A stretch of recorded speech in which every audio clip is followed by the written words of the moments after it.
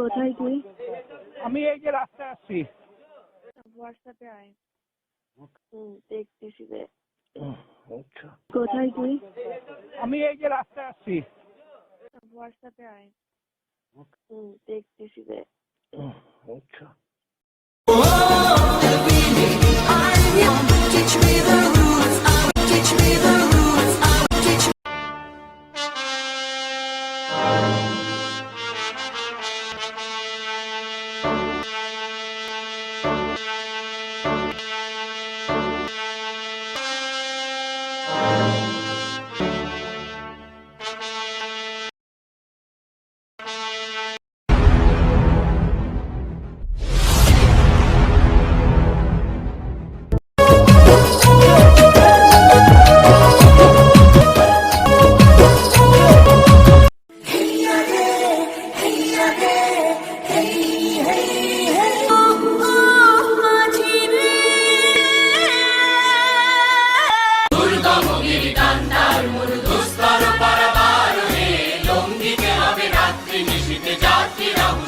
ভুলিতেছে তরি ভুলিতেছে জল ভুলিতেছে মাঝি পড়িয়াছে পালকে ধরিবে হাল আছে কার হিম্মত।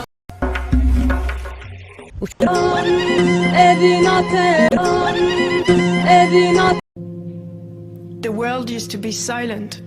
Now it has too many voices, and the noise is a constant distraction. They multiply, intensify. They will divert your attention to what's convenient and forget to tell you about yourself. We live in an age of many stimulations. If you are focused, you are harder to reach. If you are distracted, you are available. Time, and always in a respectful manner, to question my logic.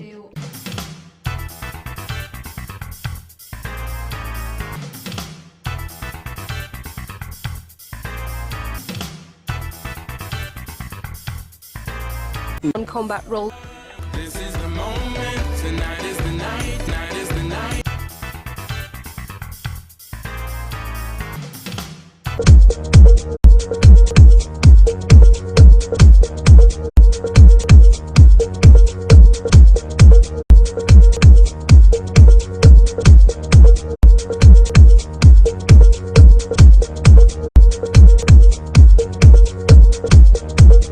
I'm a warrior. I'm a warrior. I'm a warrior.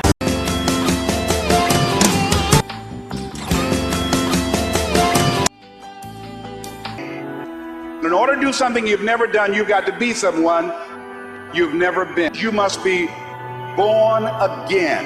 It's called a life-changing day. Women unsuited for combat role. और ये मेरी कहानी है sir, और मेरी कहानी में एक ही हीरो मैं On combat role. This is the moment, tonight is the night, night is the night. We'll fight till it's over.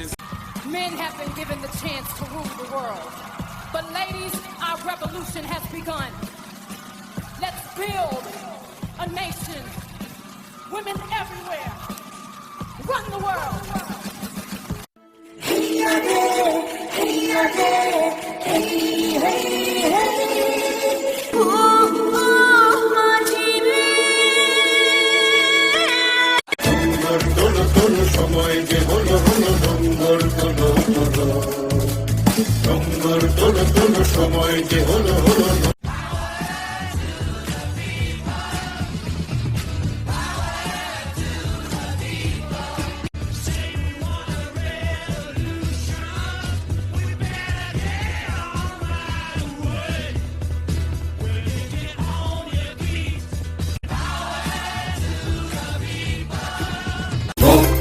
মন্দির সোপানো তলে কত প্রাণ হলো বলিদান, লেখা আছে অশ্রু জলে কত বিপ্লবী বন্ধুর রক্তে রাঙা, বন্দিশালার ওই শিকল ভাঙা।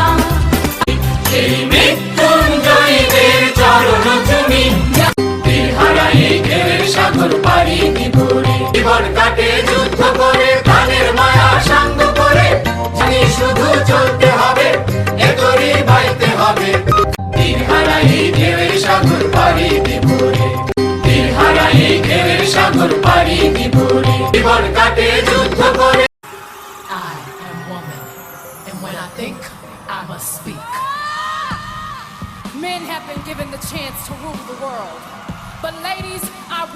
revolution has begun. Let's build a nation. Women everywhere. Run the world.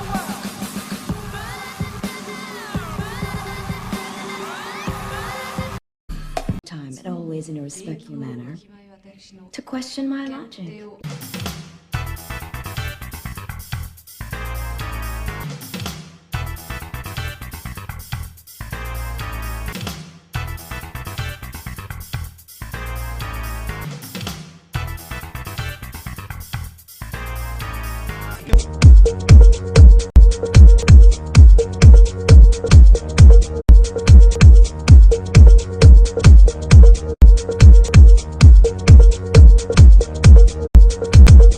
I'm a warrior. I'm a warrior. I'm a warrior. I'm a warrior.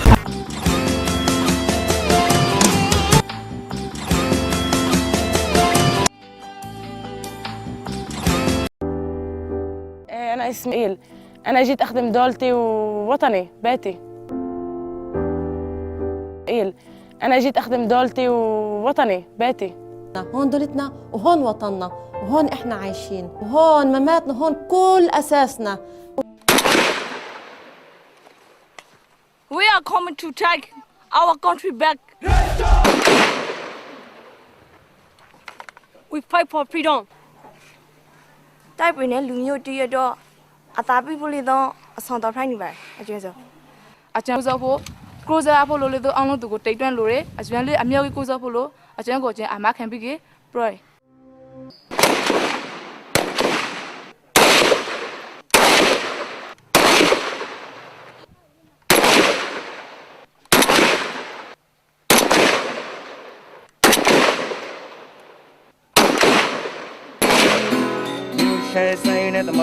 Our state.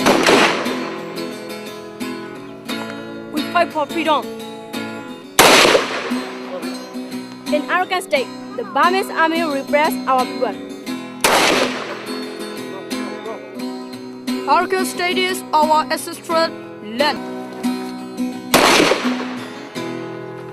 Nothing will stop us. We love our fatherland. Our national pride must be bright. I want freedom for my people.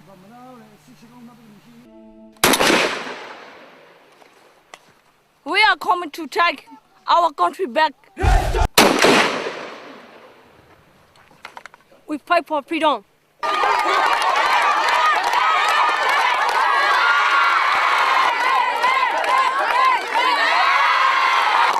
We want freedom, Arakan people. Other people, Arakan army. Yes. Well, lady, take a come.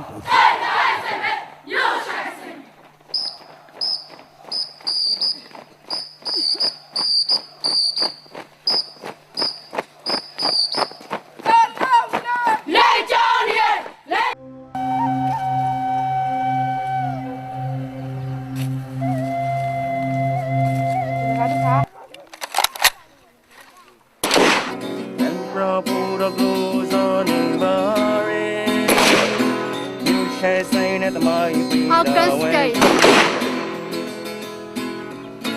We fight for freedom. In Arakan state, the Burmese army repressed our people. Arakan state is our ancestral land. Nothing will stop us.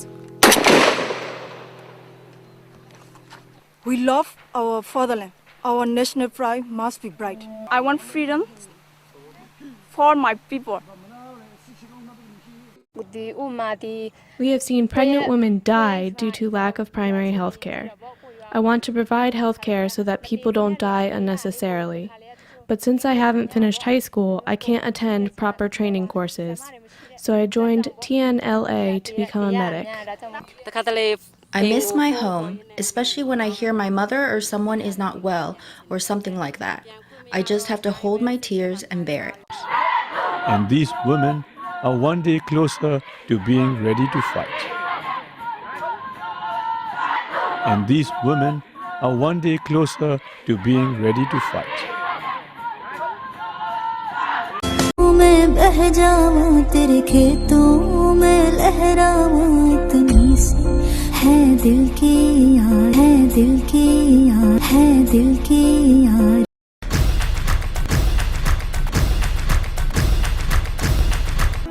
In order to do something you've never done, you've got to be someone you've never been. You must be born again. It's called a life-changing day. Women unsuited for combat roles. और ये मेरी कहानी है sir, और मेरी कहानी में एक ही हीरो मैं on combat role.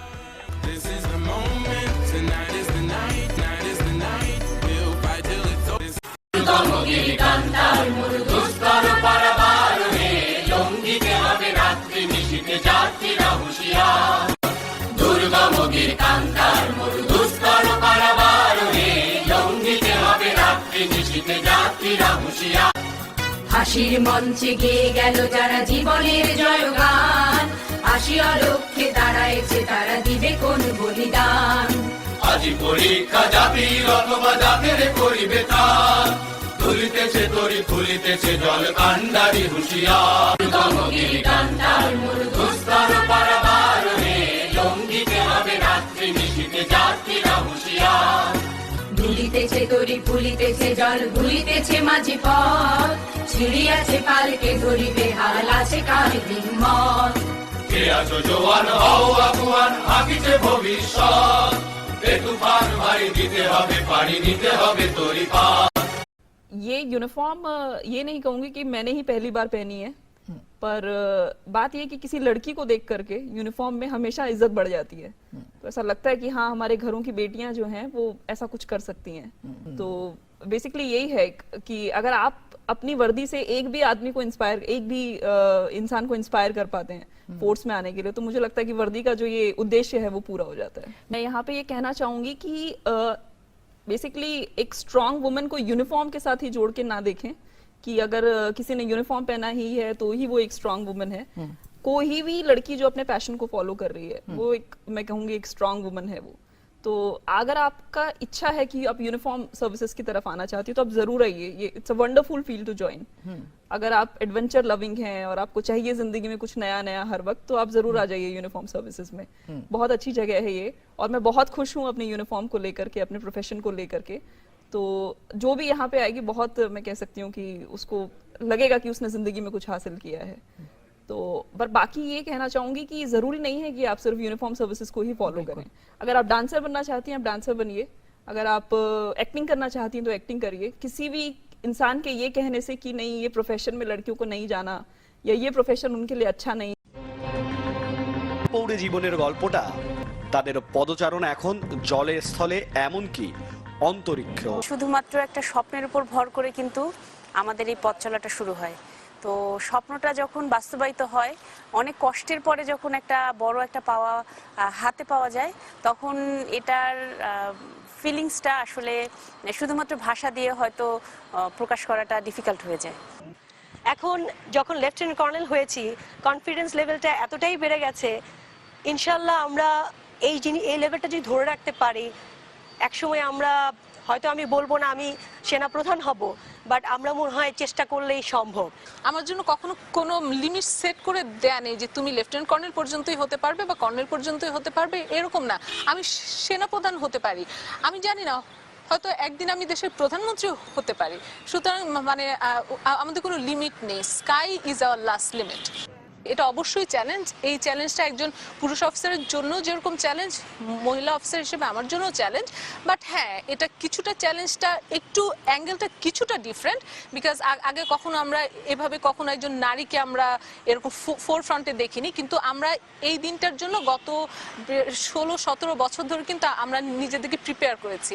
এবং because the machine doesn't understand who is flying, a male or female, because the machine doesn't understand who is flying, a male or female, because the machine doesn't understand who is flying, a male or female, because the machine doesn't understand Pakistan. Also very interested in joining the force.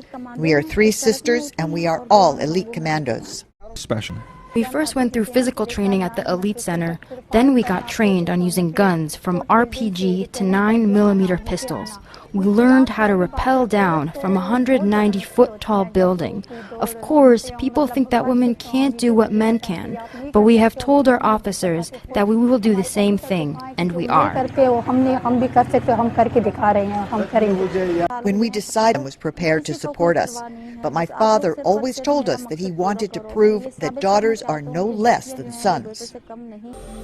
Out of the night in the rugged desert of Afghanistan, something most Americans did not know. Female soldiers teaming up in combat zones with the best of the best. They were tall, they were short, they were from all kinds of lives. Yes, I mean, the common denominator was athletic, fierce, and absolutely determined. Gail Zemak Lemon has written a book about the women responding to the call to make history. Megan Curran. And kind of drew you in, you know, with the big, bold heading. Emily Miller, former platoon leader in Iraq. I've always wanted to serve. That's why I wanted to be in the Army. And I wanted to prove that I could be valuable out there and really make a difference. And Ashley White, a quiet young newlywed. Her mother never dreamed her daughter would sign up for the military. First test for all of them, physical, the brutal training known as 100 hours of hell. We would work out 3 times a day. Three times a day during lunch hour. You know, girls would go work out during lunch, come back all sweaty. Tested to the limits of human endurance, 20 miles a day, suffocating temperatures, carrying 40 pounds. You were just carrying all sorts of objects, and ammo crates, your buddies. Yeah. And what about that debate, whether a woman has the strength to move a fallen comrade? Could you? How? If I lacked at something or if I had a weakness, one of the girls always could make up for that weakness, right? Like somebody else always had the upper body strength that could help me carry, you know, the fallen comrade. And together you're stronger. Absolutely. Than even you know. Yeah, absolutely. And the surprise, the tiny 5'2" Ashley White who loved gymnastics and aced the toughest test of all, fast roping, astonishing the men by using only her arms, not even needing her feet. Female soldiers about to be sent in because of the cultural differences abroad. Special operations forces couldn't search women inside their homes, even though the women held many secrets. They learned the phrase, you know, how to say, I'm a woman, don't be afraid, and I would call out to them. That would put them at ease right off the bat. Thank you. The Marines had first pioneered the idea to have women do it. But for women to do it, it required their hair. Hair? There? Just to show that, you know, we were women, we would take off our helmet once the compound was secure and just kind of let our hair down. Some girls wore braids out. Important to really gain their trust. And among them, the girl called the Megatron quiet blonde, Ashley White. She wasn't afraid to be feminine and be a warrior at the same time. They are ready, with a mission so secret they could not even talk to their families. What did you think she was going away to do? We thought she was going away to set up medical tents and take care of the women and children in Afghanistan. Ashley's mother, never knowing that her daughter and the other women on the team were heading out night after night. I remember I ran out of the bird and all I could see, taste was just dust, just all around me. So heavy that I couldn't even find the area where I needed to be to rendezvous with the team. And I just remember thinking, how did I get here? Then, October 2011, Ashley on a routine mission when suddenly the night lights up like Roman candles. What they walked into was basically a booby-trapped compound. Another soldier stepped on what was a daisy chain IED. A nest of improvised explosive devices. It claimed her life and the lives of 2 Rangers. And it was the first time a lot of Americans learned that these women had also been there in the dark. It was surreal. It just... Not possible that the heart of the... No. Yeah, it didn't seem possible.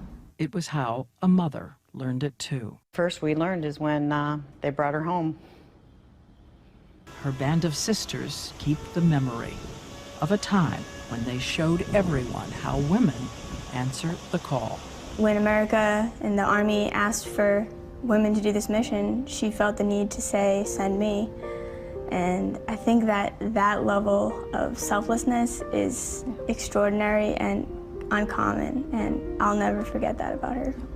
I had never been with a group of women like this, accomplishing a mission like this that was so important with the best of the best. So what is courage? I think courage is being afraid and doing it anyway. It's doing the thing that you're afraid of, tackling it and going forward, and never ever settling for things that are easy, but always taking the hard right over the easy wrong. I'm Diane Sawyer for Nightline in New York. Perhaps most astounding is that it's women that make up some 30% of this almost 9,000 strong troop. And today we're going to meet one such officer who's around the same size as me, but with one big difference. She's expertly trained at an elite level, and she's going to give us some insight into the daily duties of a Jerusalem Border Police Guard. This is Shoshana. At 19 years old, she left her home in Florida to enlist in the Israeli military. Brandishing an M16 rifle and kitted out with heavy body armor, Shoshana's duties are the same as her male counterparts. You see a lot of times in jobs, there's a difference with men and women. But here, I feel equal. Like, I really do feel as an equal, and it's interesting to be treated the same and have the same responsibilities and the same jobs, and it's really cool, honestly. Wow. Only there to thwart potential terror attacks, but sometimes you're often the target. How does that make you feel? It can definitely be scary sometimes, but I do have confidence in myself and like what I've been through with training and everything. So I do believe that I can take care of any situation if I'm... Here, Shoshana tells me why she left her home in America to become a police officer in Israel. I love this country. You know, when you love something, you don't just say you love it, but you have to do something for it as well. When I heard about Magav Border Police, I found it very interesting to work. We're really inside and we're really doing things every day. With a block, I guess you just keep running and you try to catch the person also. Every situation's different, you know.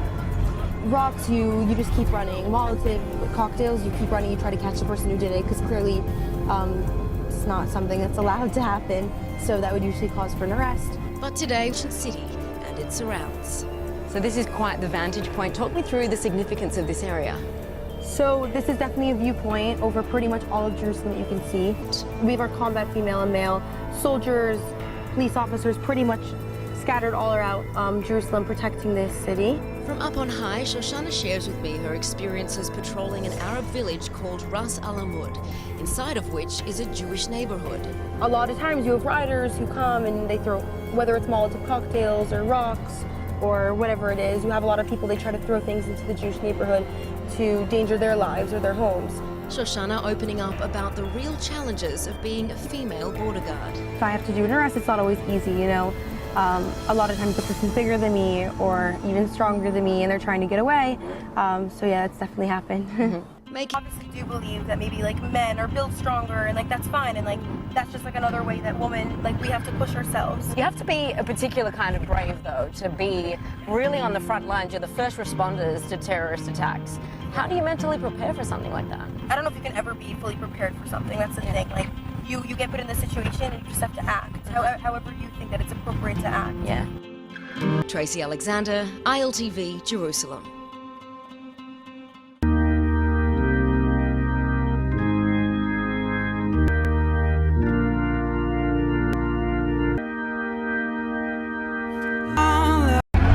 It's called a life-changing day.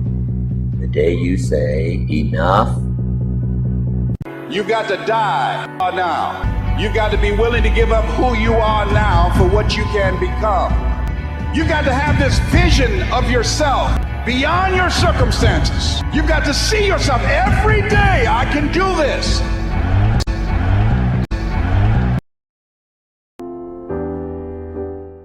موناليزا هي ليست لوحة مبتسمة، وإنما محاربة من عرب إسرائيل. هي حيفاوية مسيحية، رغم أن القانون الإسرائيلي لا يجبرها على الخدمة في الجيش، إلا أنها التحقت لتكون من أوائل المحاربات العربيات في جيش الدفاع الإسرائيلي.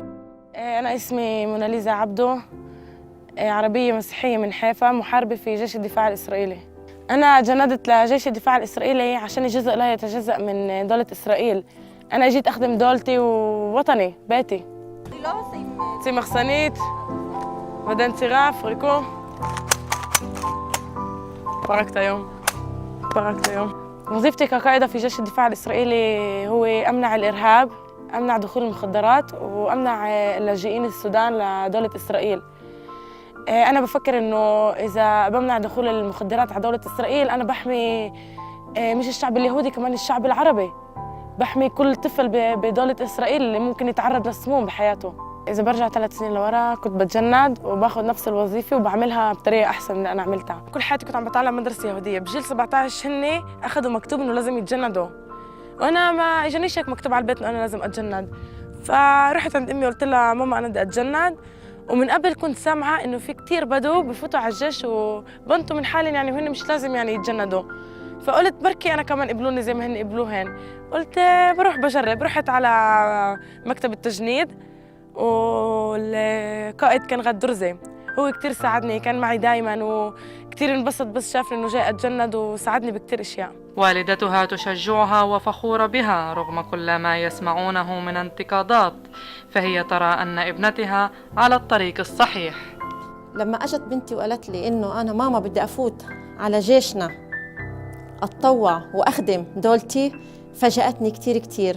ما عرفتش كيف أعبر عن فرحتي، لأنه نموها وتفكيرها بالموضوع هذا كتير كان راقي ومتطور. يعني كانت مفاجأة كبيرة لإلي. أنا بنصح كل الشباب والصبايا العرب إن يتطوعوا لجيشنا، لدولتنا، لوطننا. هون جيشنا، هون دولتنا، وهون وطننا، وهون إحنا عايشين، وهون مماتنا، هون كل أساسنا من جدودنا لأولادنا وأولاد أولادنا. كل شاب وكل صبية بنصحكم من تجربة، الجيش جامعة، مش مجرد جيش، جامعة، تعليم، أم تاني لكل شاب وصبية. أنا بحافظ على أمن دولة إسرائيل، مش بس على اليهود بل على العرب أيضاً، ورح أضحي بكل حياتي عشان دولة إسرائيل والناس اللي ساكنين بقلب دولة إسرائيل.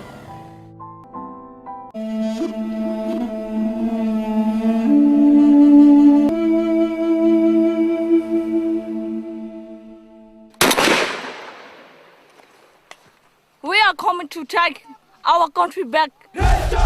About our ancestral inheritance and its history. We have lost our rights, the right of the indigenous people. And this is our Afghan Army women troops, over 750. We fight for freedom.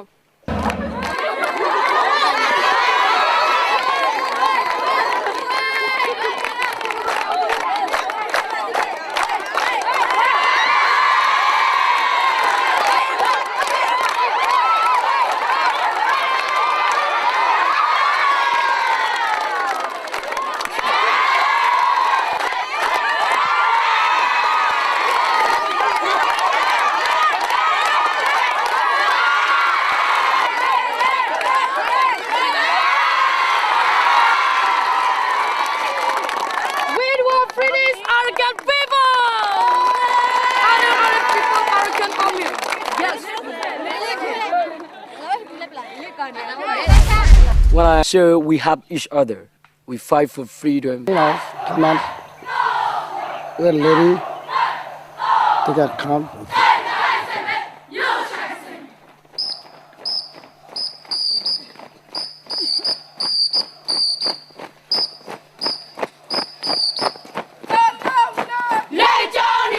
Đó là sợ con đi mà sẽ cố tay về cố lùm yêu lấy lấy chuyện bỏ qua chuyện bỏ qua lấy mà vô đó chuyện tay bố bố sẽ khai ra khu đi nè rồi khai tiêm được là không phải thế thì sẽ tùy à vậy cái lúc này sẽ để ra cái mà tôi là phải bảo vệ mà tôi là phải để xin mà tàn đó để cái bảo vệ nó đầu tiên xin cái tàn đó để ai tàn đó cả là tôi xong mà lấy tôi bạn bao mong đi hi sa đi lấy tôi hin bài bạn bao mong đi hi sa đi hin người xin cái cũng có xây đi mà chỉ khi sa đi hin người cái lấy tôi bị tụt lùi tôi đi ở đó rồi xây cổ phải bị cái cô phải tính khá bài cái giá trị mà số turu của tài phụ tôi lấy sang đó phải chứ cô cái đó turu của tài nào đó cô cái mà cái American lý cho này cái giá bị phải phải ကိုနိုင်ငံရာဖို့တော့ဆိုကအသာပိတိုက်ပြီးဝင်ဖို့ဖိုက်ပဲ ကျွန်တော်တော့ဟာကိုရှိုက်တဲ့မိဖာတီနဲ့ကိုရှိုက်တဲ့ညီကိုမောင်နှမအတိုင်းဝိုင်းတီကိုဆွဲလဲပြီးခဲ့ကြောင်ဝလေးဆွမ်းအောင်မတားခမနဲ့ရခိုင်တဲ့မတော်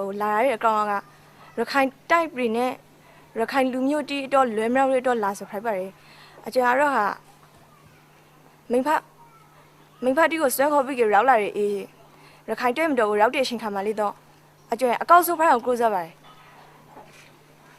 တိုက်ပြည်နဲ့လူမျိုးတီတော့အသာပိဖို့လေးတော့အဆောင်တော်ဖိုက်နေပါတယ်ကျွန်တော်တို့ဆိုရခိုင်တဲ့မတော်ကိုလာတယ်ရခိုင်တဲ့မတော်မှာကျွန်တော်ထက်နောက်ဆက်တွေ့တယ်လေအမြောက်ကြီးရခိုင်စိတ်မတီဖိလာဖို့လို့လေကျွန်တော်တို့မျောလာတယ်ကျွန်တော်တို့ရခိုင်ပြည်မှာဟင်းအမျိုးသမီးတီအမျိုးသားတီဒီရခိုင်တဲ့မတော်ကိုနောက်ထပ်အမြောက်ကြီးရောက်လာဖို့ကျွန်တော်တို့လိုရှောင်းလေးပန့်တွေကိုရောက်ဖို့ကျွန်တော်တို့ဆိုနေပြီးအောင်လို့ဆိုလွဲရီပေသူပေသားတီဖိဖို့ကျွန်တော်တို့အမြောက်ကြီးကိုစားဖို့လို့လေတော့အောင်လို့သူကိုတိတ်တွန်းလို့ရကျွန်တော်လေးအမြောက်ကြီးကိုစားဖို့လို့ကျွန်တော်အမခံပြီးကြပရိုဘမတဲမတော် Famis Army ဒီကမလောင်ရဆိုတော့ခါကျွန်တော်ဗမာတင်းနေပဲဗမာတဲမတော်နေဗမာတင်းနေဆိုနေမတီဒီကေဟောင်းကားတို့ခါကျွန်တော်ကဲထိချုံနေမေဖိတ်တယ်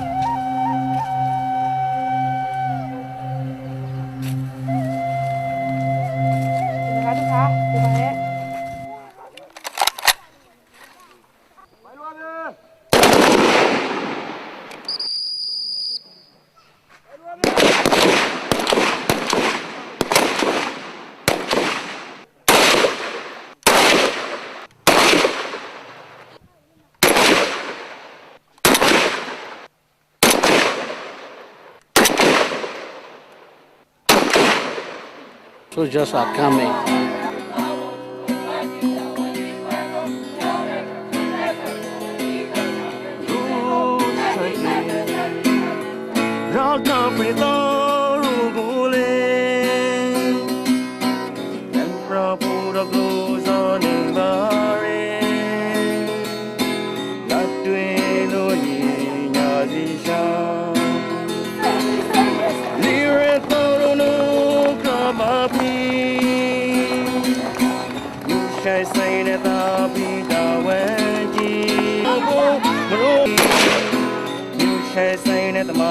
August Day.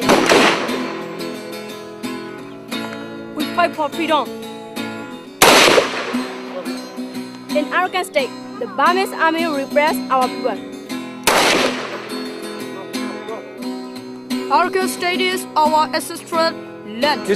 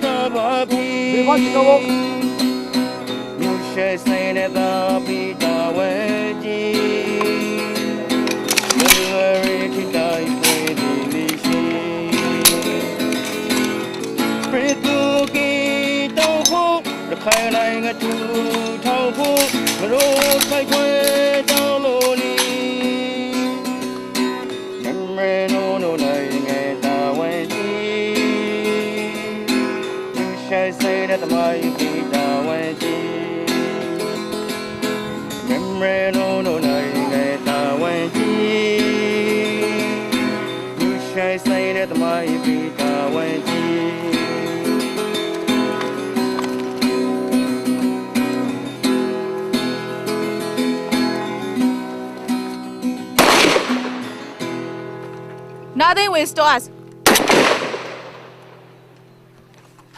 We love our fatherland. Our national pride must be bright. I want freedom for my people. These young women are among hundreds of new recruits.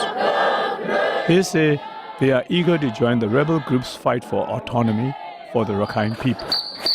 ကျမတို့ကကိုယ်ပိုင်အုပ်ချုပ်ခွင့်လိုချင်တာကျမတို့ကိုယ်ပိုင်အုပ်ချုပ်ခွင့်ရမှကျမတို့ကိုယ်ပိုင်ပြဋ္ဌာန်းခွင့်ကျမတို့ဘင်းနာဘီဟာလိုတယ်ဘယ်လိုလောက်ရင်ဘယ်လိုကန်တွင်းဘယ်လိုဖြစ်တယ်ဆိုတာဖြစ်လာမှာအခုကအချောသူကအုပ်ချုပ်နေတော့ဘယ်ဟာလိုမှန်းလည်းမသိဘယ်လိုပြောရမလဲပထွေးမိထွေးအဲ့လိုအုပ်ချုပ်တယ်လို့အများကြီးရှုံးနေခံရတယ်ပေါ့ The Arakan army has intensified its fight with government forces in recent months in western Rakhine State, and support for the insurgency has grown. A large number of women are signing up to train at the insurgents' headquarters, hundreds of miles away in northern Myanmar.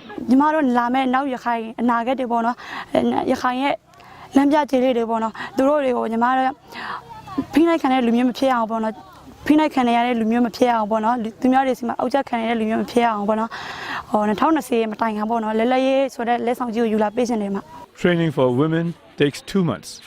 In addition to military drills, women are required to learn skills such as office administration, management, accounting, and tailoring.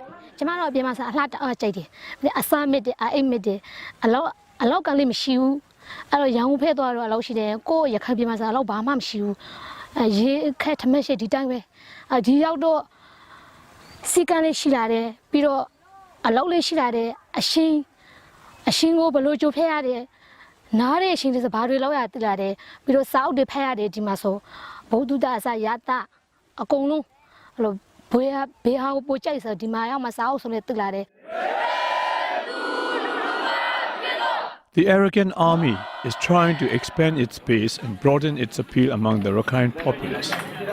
But government forces view the insurgency as a threat to national unity. Critics say recruiting women to the rebel ranks could increase the risk of civilian casualties. Meanwhile, another day dawns at Arakan Army headquarters, and these women are one day closer to being ready to fight.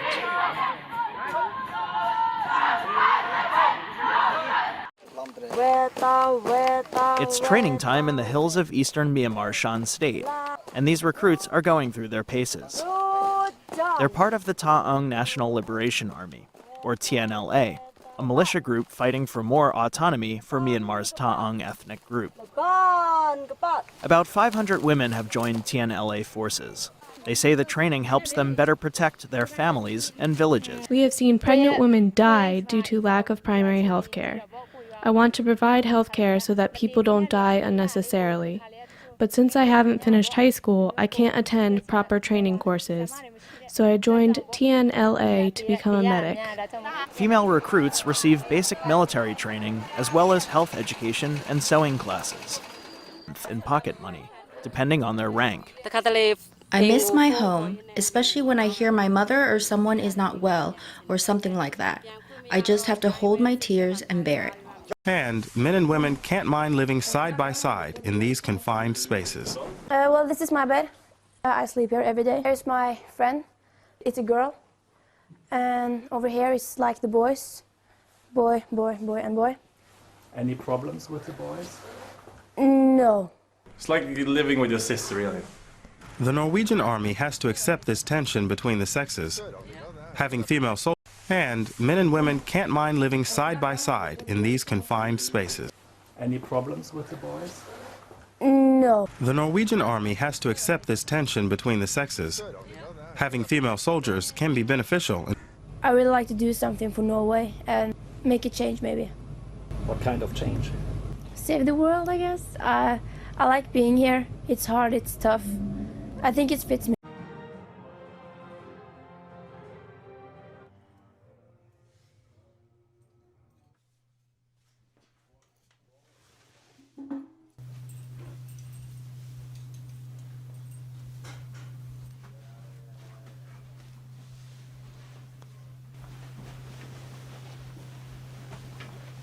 It's not a problem to change with clothes when I'm with boys in the morning.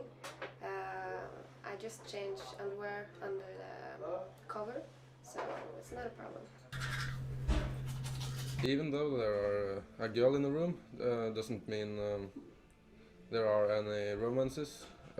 We are just soldiers. Boys talk about boys things and sex and that, but I don't feel uncomfortable with that. We have lived together in 3 months and it's no problem.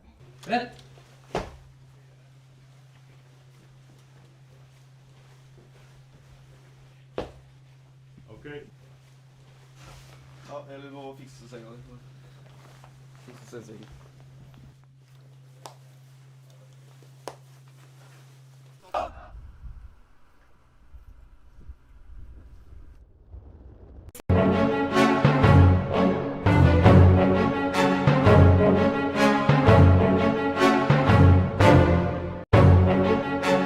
The Soviet Union made much use of women in direct combat roles during the Second World War, an early form of women's liberation and in line with communist principles. This was in direct contrast to Britain, the United States and Germany, who only allowed women to enlist in non-combat supporting roles.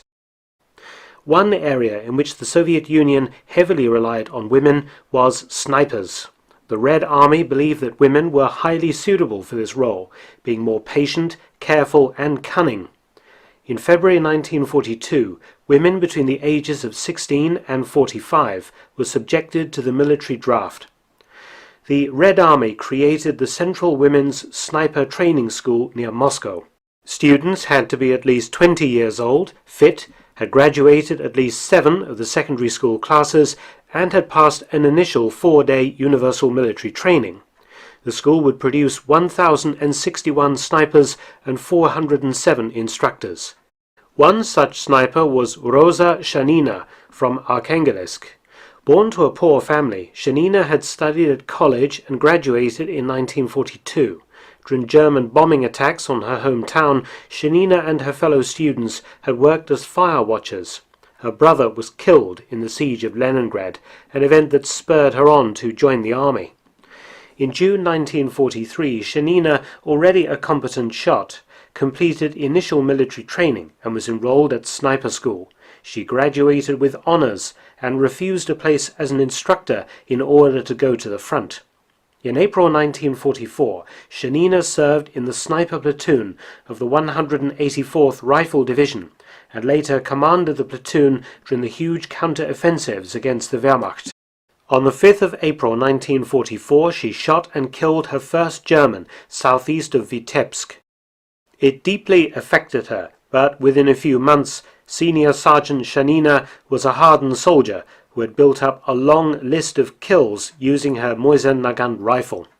On the 17th of April 1944, Shanina became the first servicewoman in the 3rd Belarusian Front to be decorated with the Order of Glory 3rd Class.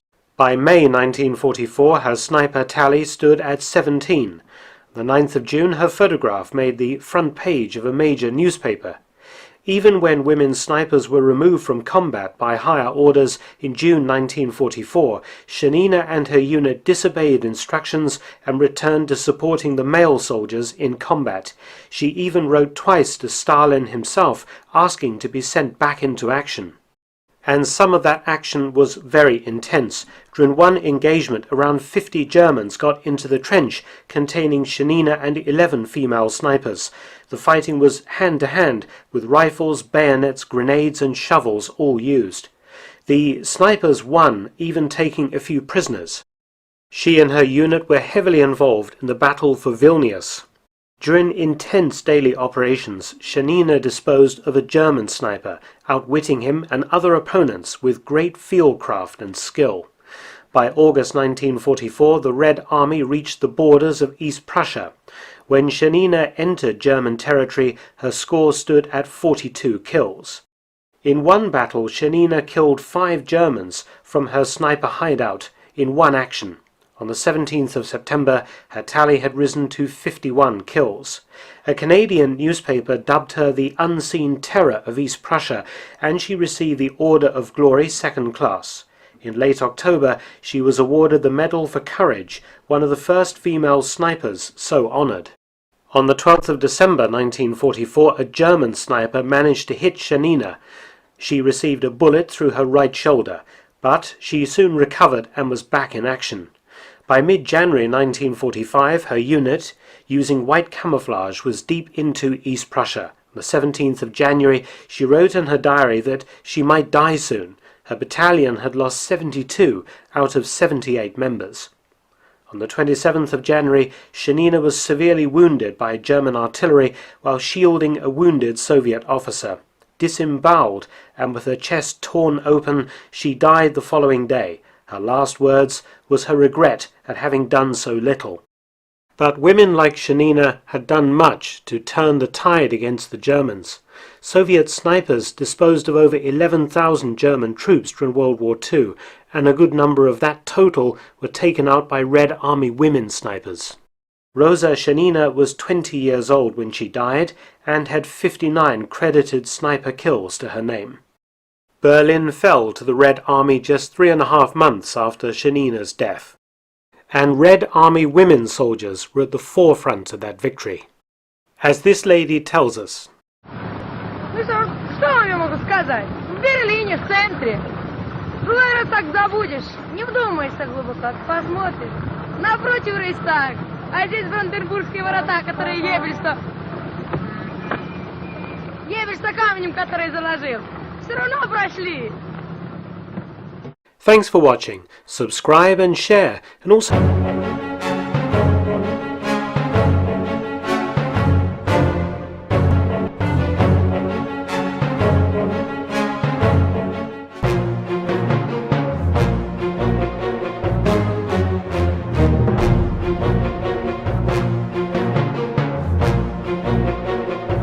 sprawling industrial city that hugged the west bank of the Volga, Stalingrad. German forces mounted up and resumed their advance, certain that the lightly defended city would fall quickly, as even more incredibly, many of the young gunners ferociously defending their city were inexperienced and partially trained women. But their fire started to find its mark.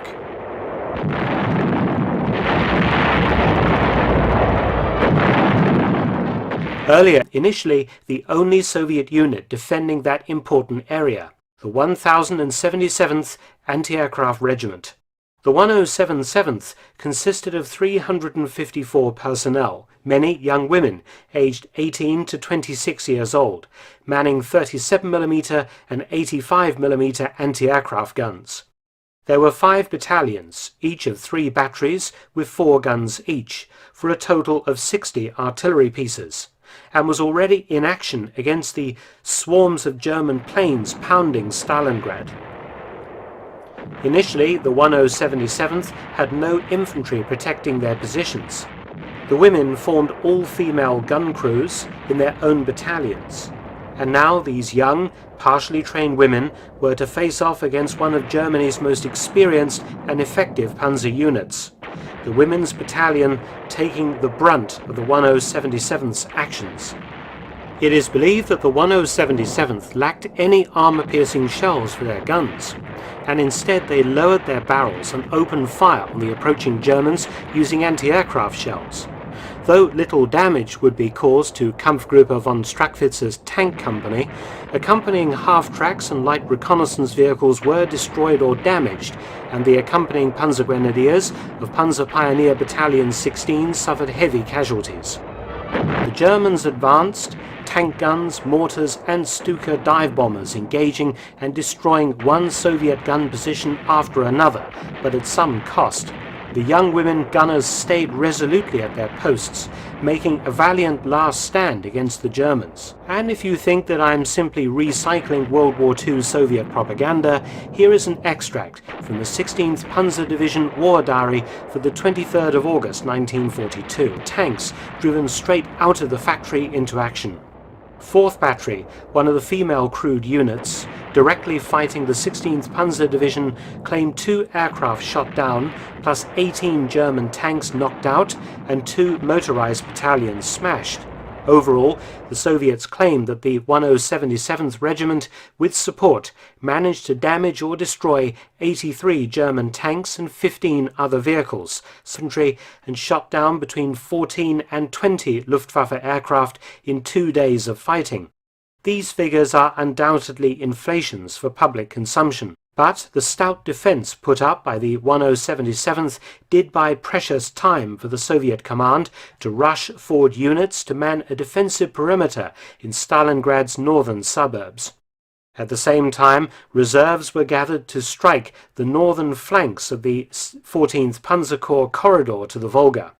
It also allowed the cut-off Soviet aid to German plans for a swift capture of Stalingrad. The last stand of the young women of the 1077th Anti-Aircraft Regiment brought the Soviets precious time, and if the regiment had withdrawn or surrendered, the Germans would probably have captured Stalingrad before significant Soviet reinforcements arrived, changing the entire outcome of the war. The battle that dragged on to February 1943 was the nail in the coffin of Hitler's dreams of empire in the East.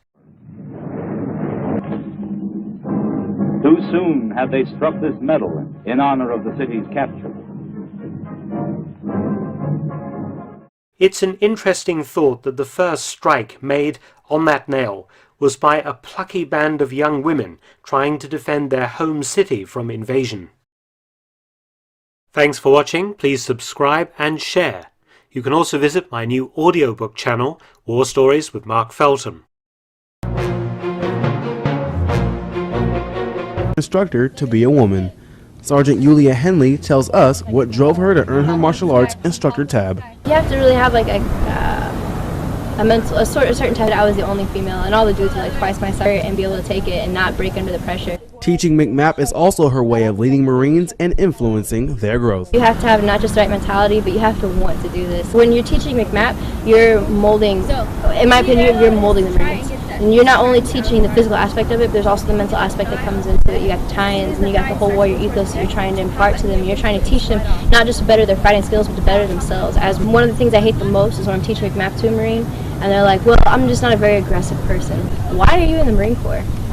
You know, the Marine Corps is supposed to be the most aggressive, the dirtiest, the most down into the freaking dirt fighting force that we have in America.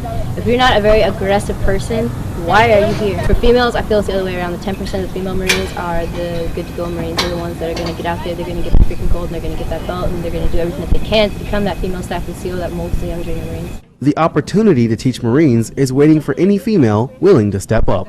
Lance Corporal Trevor Phillips, Marine Corps Air Station, Iwakuni, Japan. Brought you here? Actually, I have been selected for International Woman of Courage from the Secretary of State, and I have been invited to United States for 2 weeks. And after I received the award, I was looking how I can get to fly, how I can be in the Air Force, because it's always enjoyable for me to be around the pilots. It's always exciting for me to see the pilots, and that's why I was asking, and I'm so glad that the Diplomacy Council to the Santiago, they give me this opportunities that I be with the Blue Angel. That was awesome. So what did you expect when you first came out here today? Did you have any idea of what you were going to experience? Yes, first time. Now, as a female pilot, you're a role model for internationally. How does it feel to be a role model, and what has it been like? That's very, it's like a great feeling, because it is something like I feel this is my responsibility. This is my responsibility to be here, and you might be an example for other women that they are coming behind you. I think it's like not only me, it's being a great feeling. It is for many women that they watch me and they say, okay, when she did it, why we don't do it? We have to go for it too. We should do it too. I can say that's being a very, very wonderful feeling. If anyone wants to try it, that will be the best part of their moment. Gonna be their best part of their life, I think. They will never forget it.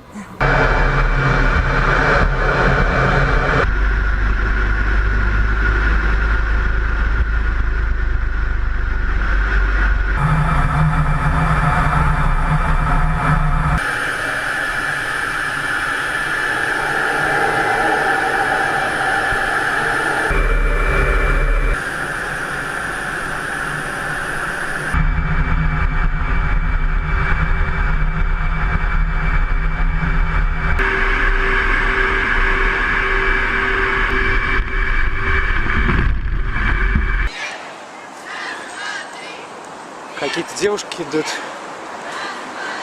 маршируют и с лопатами. Не знаю, митинг это или марш согласных. И для чего они тут?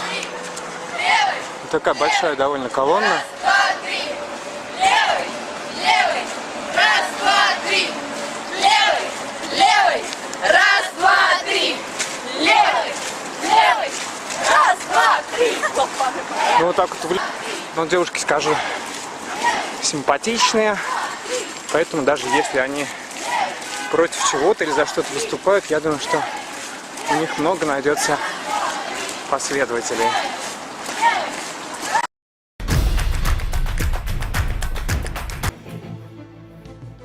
(4161) 4161.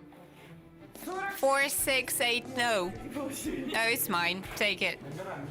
0664. Me.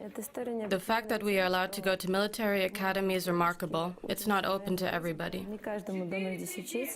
Has everyone got a rifle apart from the specialists? Who doesn't have a rifle? Everyone got their weapons?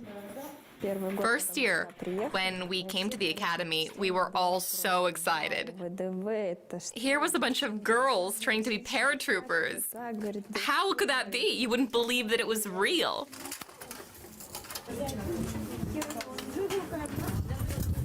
Are all machine gunners fully equipped?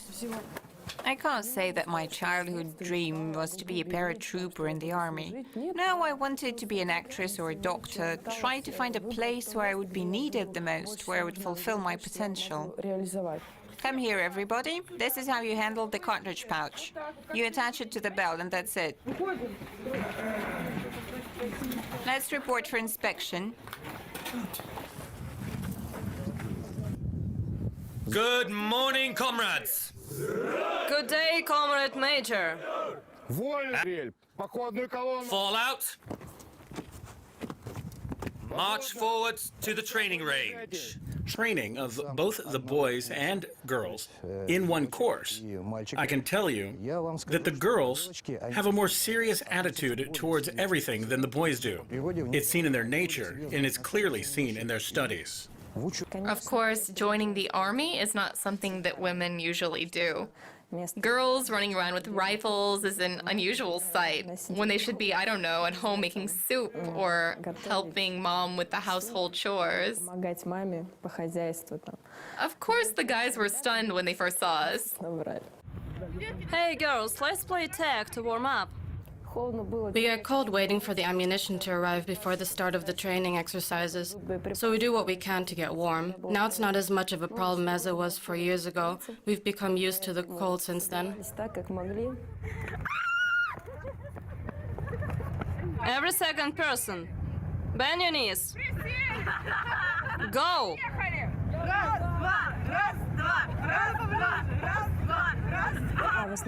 Most of our training takes place in the academy. Instructors tell us what we must do and show us how to do it. Good day, comrades. Good morning, Lieutenant Colonel. I want all the others to be ready to give an answer. We spend most of the time in the academy here. That's where we're permanently stationed. And here we have regular lessons in various subjects such as tactics. An assault group includes a grenade launch squad. It's never broken up to allow fire support groups or individual crews to share its power. That's because only one person is in command of it, and it would be hard for them to control it from different positions. What is the function of the rear guard?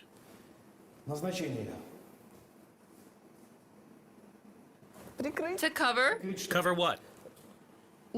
something in back, probably. Is operating on the side. This means that it'll be providing cover either here or here. The left flank is exposed, as you can see. Yes. This means the left flank will be covered. The left flank. So the cover group is performing its correct task, right? Exactly. Write that down. Most of the teaching here in the academy concerns theory. We translate theory into life in the field. What I mean is that our teachers give us the basic knowledge to be able to act as commanders of platoons and companies in the field. May I name them, Comrade Colonel? Go ahead. OMO 10 for assault group number 1. Go on. The call sign for assault group number 2 is Omut 01. I enjoy lessons in tactics. I like all of the instructors. Everyone has their own teaching method. Some raise their voice to drive a point home. Some use their piercing eyes for the same purpose. Others speak so persuasively that even if you don't understand what they're talking about, you get the feeling that you've known it all along, that you've heard every single word before. That happens sometimes. Crew number 1, reference point number 3, site number 4, low target, fire. When you're in command in the field, you put a different slant on the situation and you begin to find your feet. It's an interesting feeling. You realize that other lives depend on you and your actions as well as your own. Where is he? Downstairs. Look. Get your magazines out and load them. I'm indifferent to some small arms. I don't really think that I don't like using them, it's just I don't really get much out of them. But others, well, that's a different story. When I hold them in my hands, I think I see myself as a great spy or a paratrooper. Is your magazine full? Have a look. We don't use live ammunition during practice, but even blank cartridges are dangerous. If you fire point blank, for instance, you may harm the soldier. We've seen many examples, like you can even put a hole through plywood if you fire close enough. Even blanks can be deadly. 2 minutes left. All section commanders to me. Listen up. The enemy is in the populated area of Dorohi, 1.5 kilometers from here. We must capture and destroy the enemy. We begin advancing from the eastern side. The second section will send the scout squad. I'm in command of the first section. The third section will provide cover. That's all. Move out. March! To the left, Anya! Get in!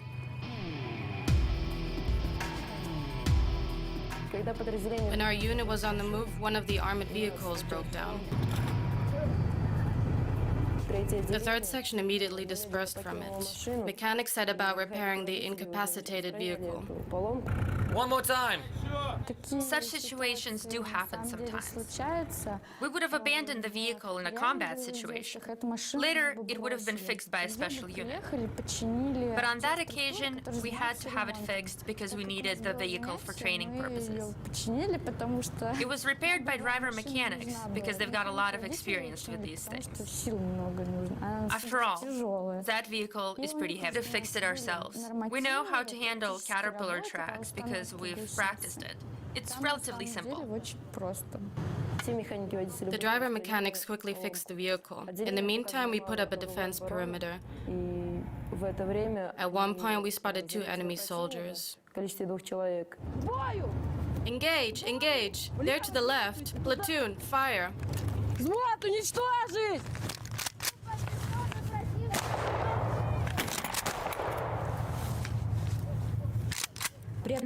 Once the enemy is spotted, they should be taken out. We eliminated them this time. Great! Section, advance, 2 at a time. We're going to clear the building. Attention! Number 1, number 2, number 3. Go!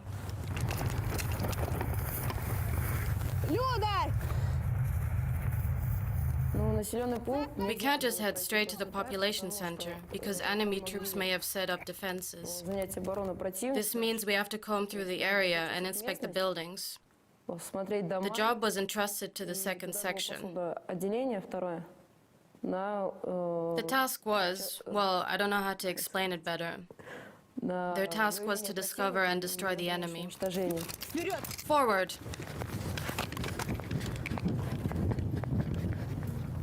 Omut 10. This is Omut 01. I see civilians. Omut 01. Omut 10 reads you. Over. Ready to go. Forward.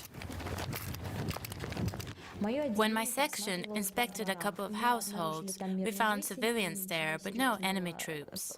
Everything worked out fine in the end. Section commanders to me. Now, into the trench where you'll be told about your target. Move.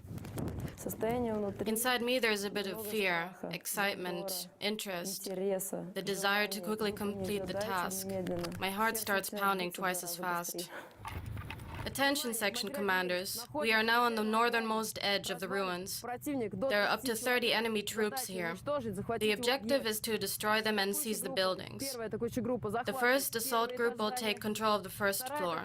The second assault group is to take the first floor of the second building. The rear guard will cover the entire platoon. Now we ride out. I'll be waiting for you in the vehicle.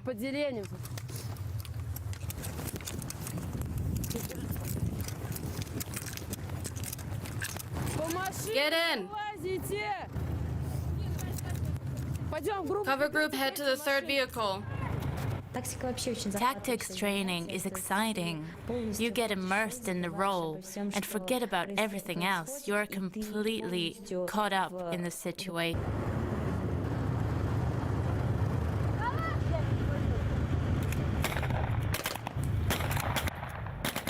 Stop! Sarko! Purisenko! Yudanova!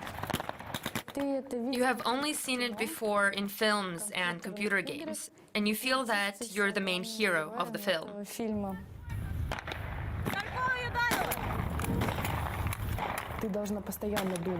You always have to be alert, to quickly react, to read the terrain. You know, I think part of it is creativity. Go, go, go! Faster! When you sit in a classroom and give orders, that's one thing. You've got enough time to think everything over and figure out what you can say or do and how to do it. But when you are on the battlefield and see explosions going off all around you, your thoughts become messed up. So you need to pull yourself together. You realize that you are responsible for those people. Move forward! There was one moment when a fellow servicewoman named Katya was too close to me, and she was only a couple of meters away when she fired off a sniper round. At first, I thought somebody had fired from one of the vehicles. I turned around only to see Katya with a big grin on her face. She apologized to me. Yes, yeah. There are snipers on the second floor. Of course, all the platoon soldiers need to be alert all the time. The teachers instructing us in tactics give us tasks of the kind that we might use in battle. Obviously, nobody should be killed in the process. But other than that, everything is real. Engagements, takeovers, gunfire, weapons, ammunition. It's all real.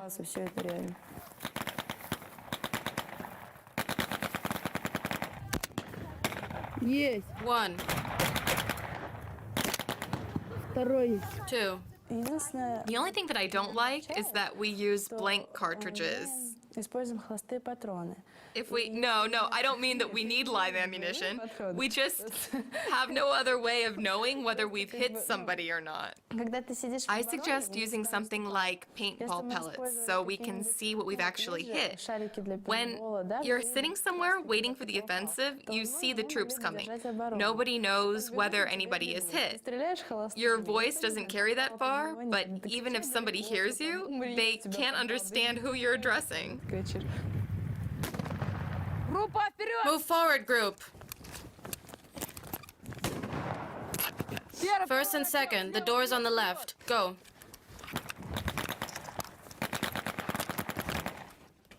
Heads up.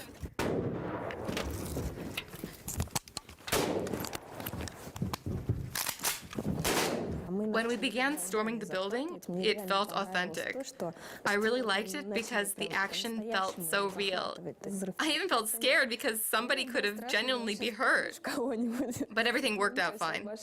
Most of our training exercise, these drills are very useful because it takes training closer to the real thing. For instance, the cadets get used to the sound of gunfire.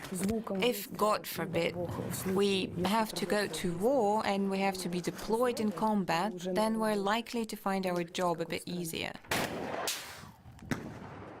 The building has been captured. Move forward, group. Any leftover rounds? Checked. Checked. Checked.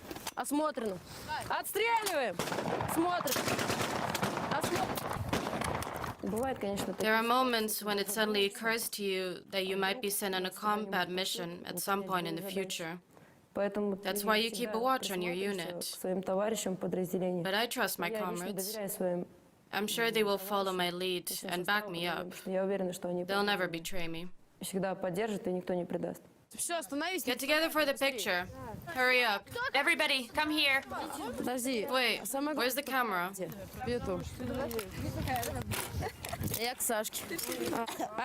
Perfect.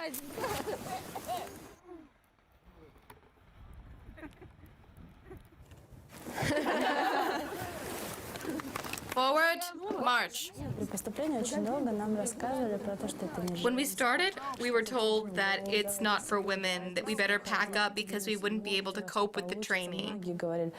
What do you need all this for? Why are you here? They would say to us.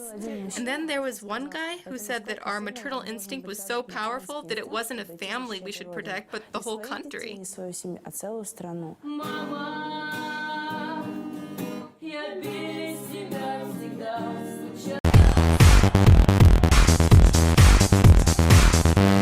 Лена, Ирина, Света, Марина, Наташа, Аня, Оля, Таня, Инна, Олеся, Рая, Юля, Оксана.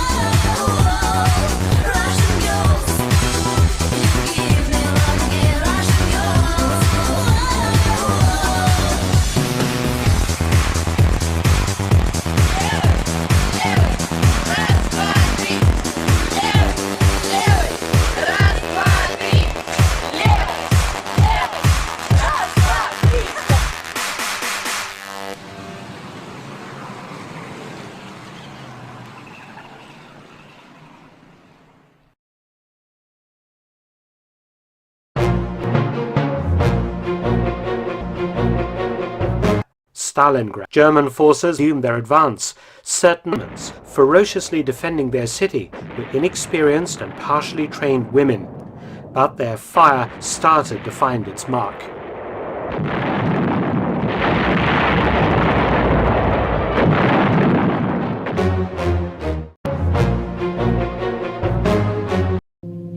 Incident मैं बताना चाहूँगी, जब मैंने नया कह सकते हैं कि छत्तीसगढ़ में कदम रखा था, तो एक ऑपरेशन पे हम लोग बाहर निकले हुए थे और वो रात का ऑपरेशन था। अच्छा। तो बहुत ही जिसे कहते हैं घनी काली रात थी वो, और पहला ही मेरा रात का ऑपरेशन था मेरे करियर का।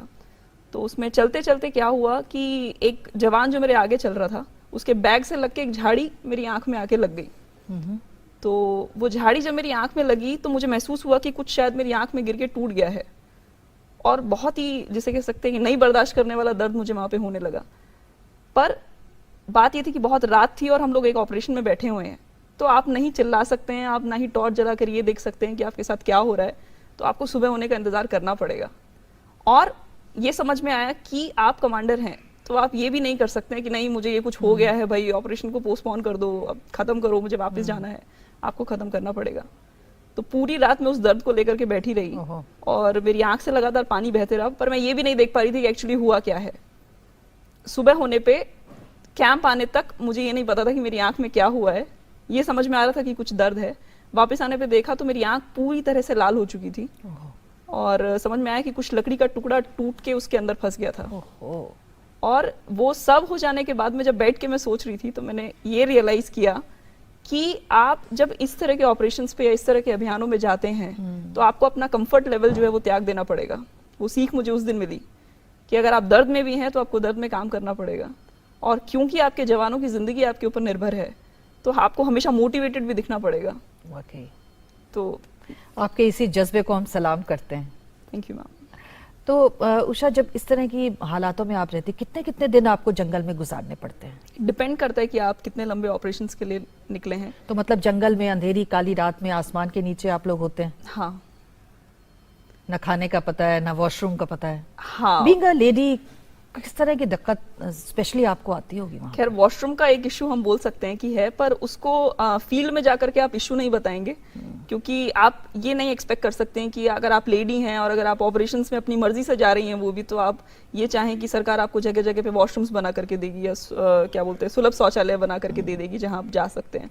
ये थोड़ी चीज़ें आपको कॉम्प्रोमाइज़ करनी पड़ेंगी वहाँ पे, तो इसको कॉम्प्रोमाइज़ करना भी नहीं कहेंगे, it's part of your job basically. तो जब आप रात को सोते हैं तो क्या बिछा कर सोते हैं? एक प्लास्टिक शीट। अभी तो मतलब आप ऑपरेशन में और वो हेडक्वार्टर्स में, तो लोग कहते नहीं है कि उल्टा होना चाहिए था? लोग एक्चुअली कहते हैं कि थोड़ा ये रोल रिवर्सल हो गया है। हाँ। क्योंकि और इसके पीछे एक बहुत बड़ा रीजन ये भी है कि लोग इमेजिन नहीं करते कि लड़की जो है वो डॉक्टर या टीचर बनने को छोड़ करके कुछ और भी कर सकती है। हाँ। तो अब लड़की ऐसे फौजी वर्दी पहन करके बाहर निकल गई है तो ये तो बड़ा ही अजीब सी बात है, ये कैसे हो सकता है? हाँ। और वो भी एक डॉक्टर ने उससे शादी कर ली। हाँ। तो डॉक्टर तो हमेशा डॉक्टर ढूंढेगा ना, वो क्यों ऐसी लड़की से शादी करेगा? हाँ। आप यूनिफॉर्म में निकलते हैं, क्या शान है आपकी। कमांडो लिखा है एक तरफ, जंगल वॉरियर लिखा है, सामने सुनहरे अक्षरों में किरण लिखा है। तो इतनी सारा जब आप निकलती हैं बाहर यूनिफॉर्म में, लोगों का क्या रवैया रहता है? वो किस तरह से देखते हैं आपको? मैं कहती हूँ बहुत ही रिस्पेक्ट के साथ देखते हैं वो, और बहुत ही मेस्मराइज होकर के देखते हैं।